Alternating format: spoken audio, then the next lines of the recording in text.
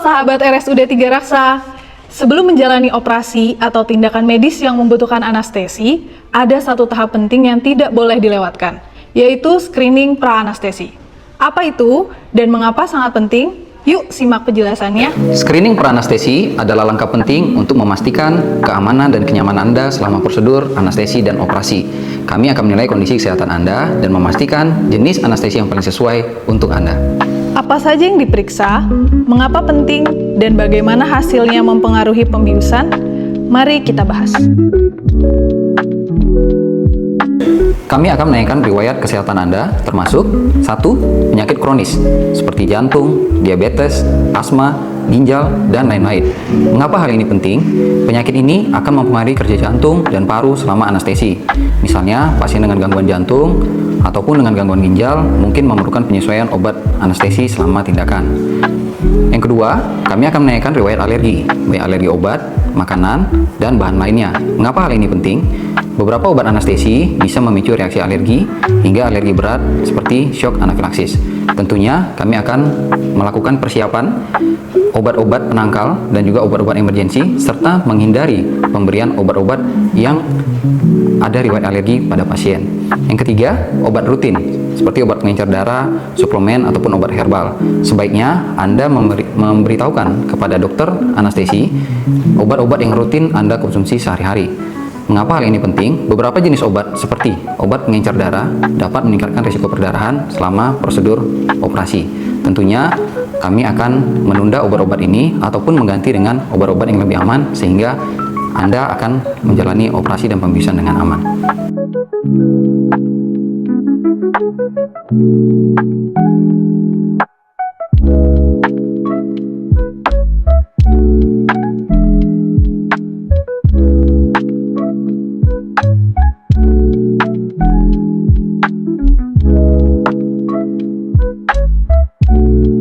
Pemeriksaan fisik akan membantu kami untuk menilai kesiapan tubuh Anda untuk menjalani pembiusan, meliputi 1. Pemeriksaan jalan napas, berupa pemeriksaan mulut, leher, dan juga dagu. Mengapa ini penting? Untuk memastikan Anda tidak mengalami jalan napas yang sulit selama prosedur pembiusan. Misalnya, pasien dengan obesitas atau leher pendek, mungkin kita akan memerlukan alat bantu khusus ataupun teknik khusus untuk memasang alat bantu napas selama pembiusan. Yang kedua, pemeriksaan tekanan darah dan juga jantung. Mengapa ini penting? Pada pasien dengan gangguan jantung dan tekanan darah tinggi berisiko untuk mengalami perdarahan dan serangan jantung selama pembiusan, sehingga operasi mungkin saja ditunda hingga tekanan darah Anda berada dalam kondisi yang optimal. Yang ketiga, pemeriksaan paru-paru. Di sini kami akan memeriksa paru-paru Anda dan suara pernapasan Anda untuk memastikan Anda tidak mengalami infeksi paru-paru, asma, ataupun penyakit paru lainnya, di mana kami akan memastikan kondisi paru-paru Anda berada dalam kondisi optimal sebelum Anda menjalani pembiusan. Beberapa pasien perlu menjalani tes tambahan untuk mendeteksi masalah yang tidak terlihat seperti 1. Tes darah, yaitu pemeriksaan HB, gula darah, fungsi ginjal, dan lain-lain. Mengapa penting? HB rendah atau anemia mengurangi kemampuan darah membawa oksigen selama anestesi. Dampak pada anestesi, pasien mungkin perlu transfusi darah sebelum operasi. 2. EKG atau rekam jantung. Mengapa penting? Mendeteksi gangguan irama jantung yang bisa berbahaya saat dibius. Dampak pada anestesi, dokter akan memilih obat anestesi yang aman untuk jantung. 3. Rongsen dada. Mengapa penting? Karena hal ini menunjukkan kondisi paru-paru. Misalnya adanya infeksi atau cairan di paru. Dampak pada anestesi, operasi darurat mungkin memerlukan ventilator setelah pembiusan. Anestesi adalah tindakan untuk menghilangkan nyeri dan memastikan tanda vital Anda tetap stabil selama prosedur operasi. Ada 3 jenis utama dari anestesi. Yang pertama, anestesi umum. Di sini Anda akan tertidur dan tidak sadar selama operasi. Kami menggunakan obat anestesi melalui suntikan intravena ataupun gas yang dihirup. Setelah operasi, Anda akan dibangunkan di ruang pulih sadar. Yang kedua, anestesi regional, misalnya spinal atau epidural ataupun blok saraf tepi. Di sini hanya bagian tertentu dari tubuh yang mati rasa, seperti saat operasi sesar ataupun bedah kaki. Anda akan tetap sadar, namun tidak merasakan nyeri. Yang ketiga, anestesi lokal. Di sini hanya mematikan area kecil dari tubuh Anda, misalnya pada saat pencabutan gigi akan disuntik di area tersebut dan Anda tidak akan merasakan nyeri. Dokter akan memilih jenis anestesi berdasarkan jenis operasi dan kondisi kesehatan Anda.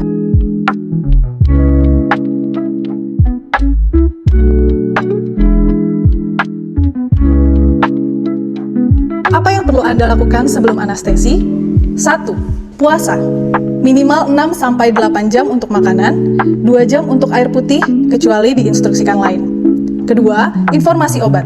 Beritahu dokter jika minum obat pengencer darah atau suplemen. 3. Jangan merokok atau minum alkohol. Hindari 24 jam sebelum operasi untuk mengurangi resiko komplikasi. 4. Pakai pakaian nyaman. Hindari perhiasan, make up, atau kuku dan gigi palsu.